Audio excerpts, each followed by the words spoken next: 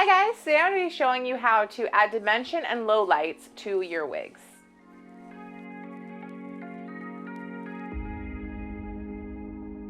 Alright, so I wanted to come on here today and I wanted to show you guys how you can kind of do what I do in my highlighting a wig video, which I'll put right here for you guys, in reverse with a darker color to add dimension and highlights to your wig. So before I get started, I just wanted to remind you guys of a couple things. Don't forget to subscribe if you're new to my channel. We are going to be doing a huge giveaway when we hit 5,000 subscribers because that is our goal for this year. And make sure you hit the notification bell so you get notifications on all the videos I do in the future. And give me a like on this video, guys. I'd really appreciate it. So now I've gotten all that out of the way and we can get going on transforming this wig right here and giving her some more dimension and low lights. And we're gonna kind of darken up her root a little bit too, because it is more of like a strawberry, blonde, auburny kind of red color, and I wanna make it more of a true brown. I always recommend when you're using the first thing you're gonna need, which is root spray right here, that you also make sure you have some type of gloves. This is the L'Oreal Magic Root Cover Up in light brown. They have it in tons of different colors. They've got dark blonde, light blonde, they've got an array of shades. I've rooted a couple wigs. If you watch my how to root a wig video, which I'll put right here for you guys too, if you want to see how to do that. I tend to use like the darker, more like the medium browns or the dark browns. But for this kind of dimension and highlighting, I would go with the light brown because it's not going to be too crazy and it'll blend a little bit better with the blonde in the wig that you're doing. You also want to have a couple clips because you're going to want to be sectioning off the hair, pulling the hair up. And then you're also going to want something where you can kind of take I have like dagger fingernails, so they work for this purpose. I don't really need an extra thing, but a rat tail comb, something that you can take and kind of part the hair so that you can really get into the different layers and get all of that root, especially if you're doing this on a free part wig, which is what I'm going to be doing this on today. I believe when I did the highlighting a wig video, I did it on a fixed part, which is also a little bit easier because you don't have to really get in there and go through the rooting as much. With a free part, you're gonna have to spend a little bit more time, use a little more product, and really kind of take your time and get through all these layers, because if you go and part it in a different section or haven't given that section enough highlighting or low lighting, it's gonna look weird. So just make sure you take your time and you really do this the right way when it comes to a free part versus a fixed part. So we're gonna go ahead and get into this real quick. Like I said, super easy. It's really just a little time consuming more than anything. So what we're gonna do first is I'm gonna go ahead and get the root going first. That way I can kind of have a starting place to then blend out some of these low lights and some of the dimension that I wanna add in here. I usually just part my hair in the middle. So that's usually where I tend to start when I go to adding root or changing the color of a root on my wig, because that's really, really the most important spot for me. That's my starting point, and I just want to make sure that that looks really good. This wig here, I toned her already using the Rit dye, more synthetic dye, and the alcohol method, which again, put that video right there for you guys if you want to check that out. But she was a monofilament cap beforehand, which I also believe I used her and how to remove a monofilament cap too. So this girl's been through a lot. But we're gonna go ahead and we're gonna part her. And then the best way with free part wigs, the best way to kind of just really figure out where the center is take that comb that you have in the back that you put on the back of your neck and center that on your wig head or on your own head.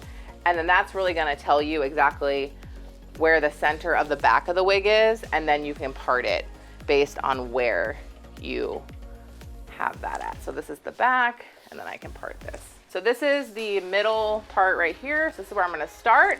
And I'm just gonna take my root spray.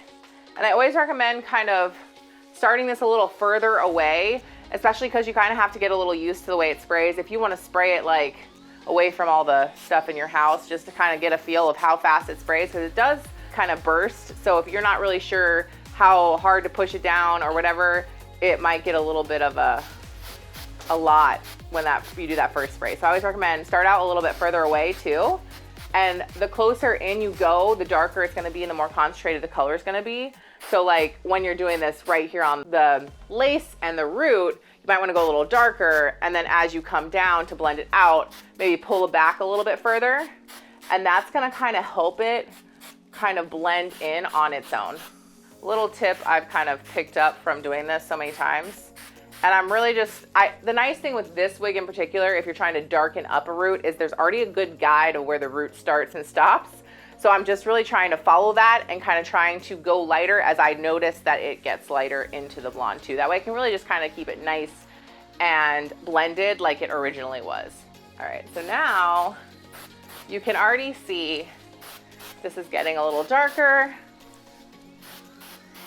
And like I said too, I was a little nervous about going too dark, so I went with the light brown. And you might use one of these and realize, oh, this is way too light, and you might want to go in and hit it with a little bit of a darker one. That's fine too. That's just going to add more dimension and more color difference. It's not a big deal. And then now, as you can see there, you're going to still see some of that red because we really kind of need to get underneath these next couple layers. So I'm just going to take my hand, or if you have a comb, and I'm literally just going to part this next section just enough to where I'm exposing like the hair that hasn't been sprayed yet. So to make sure it's not too thick of a piece. And you just want to take this and you want to flip it over to the other side, and then we're going to hit right here.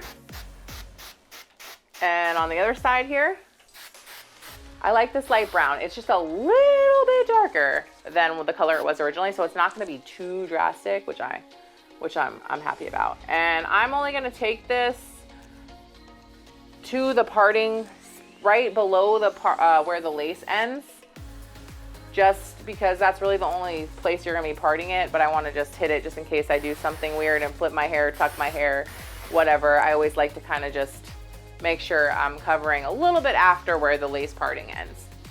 Move her over here so you guys can see me. And then I'm going to do it on the same thing on the other side.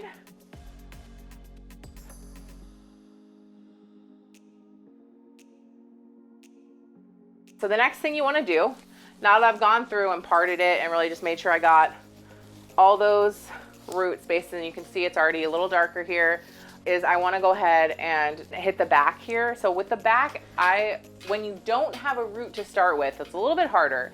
But this one, you know, you have your guide and your root. But as you can see, if you look, it's got this kind of horseshoe shape. So it's going to come back a little bit further back here than it does in the front. And that's totally normal because of the way that your head is shaped.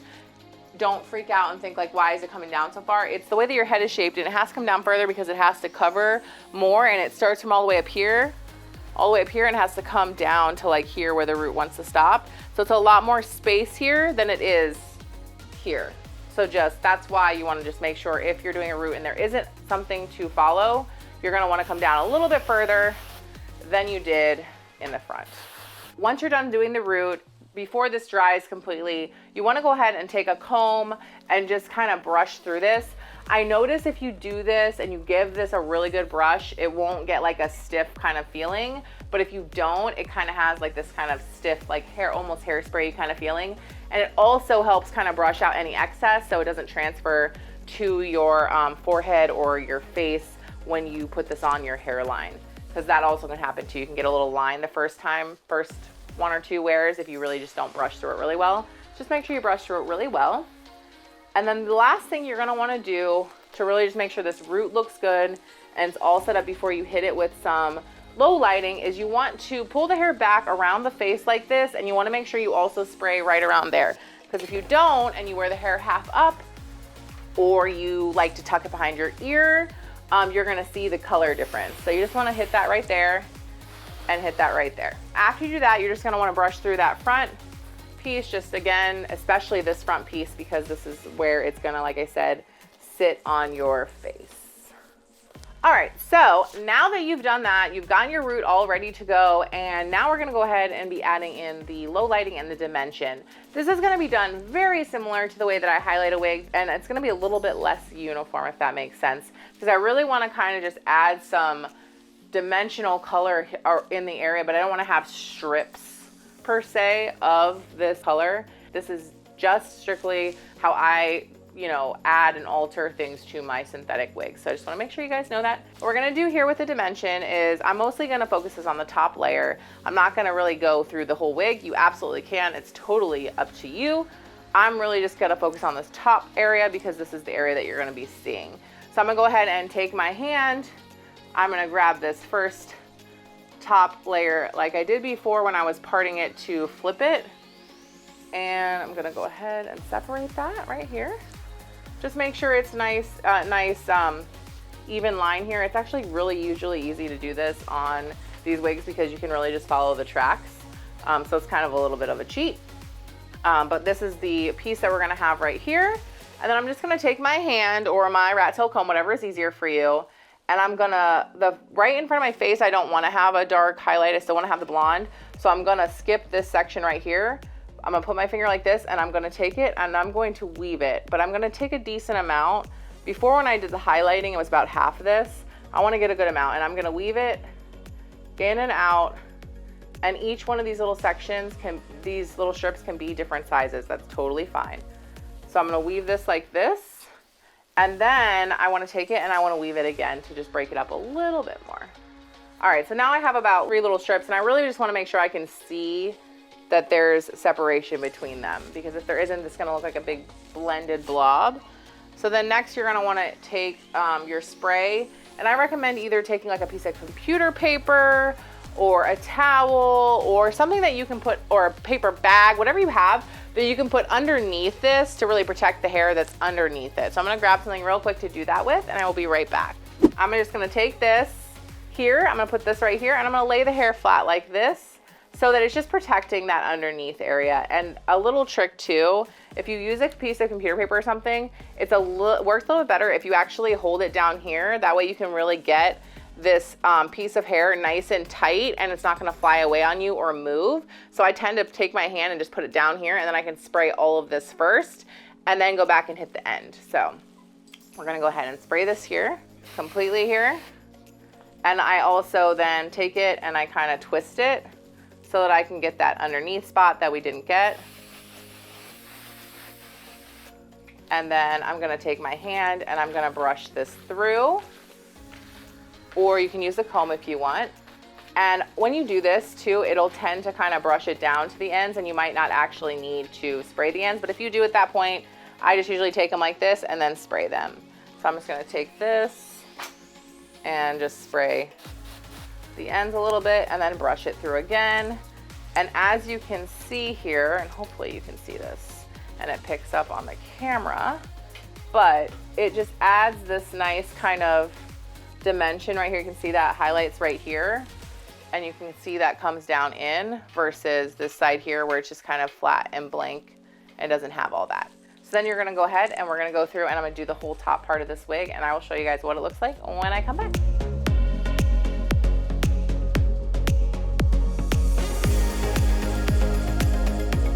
All right, so once you go ahead and get all those highlights in there, you can also kind of take your hand and literally pull out pieces like this if you want, and spray those individual pieces if you feel like there's little places where you want a little bit more dimension. That's the nice thing about this. You really can just kind of pull pieces out and kind of play with it until you've got what you want. And just always make sure after you do one, you brush it through just to keep it from getting that stiff kind of feeling. I know that's like the number one thing I hear when people use the root sprays is it gets really stiff. And I don't have that issue, but it's really just because I brush the crap out of them after I do the root spray. It also helps a lot with the transfer, like I said. And also, this is why we wear gloves. As you guys can see, if I didn't have gloves on, this would be all over my hands. So that's really it, guys. It's super easy. It's, oh my God, I almost touched my face. Take these off.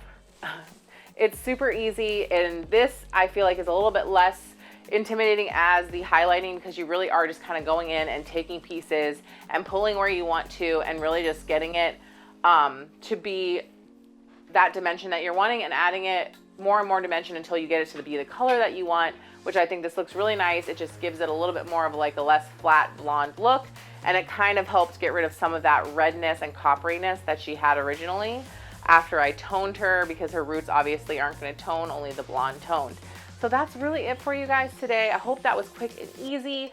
I cannot wait to see what you guys do to your wigs. Like I said in the beginning, don't forget to subscribe if you're new to my channel. Hit that notification bell to get notification on all the videos I do in the future. Give me a like if you like this video, guys. I'd really appreciate it. And thank you so much for watching, and I will see you guys on the next video.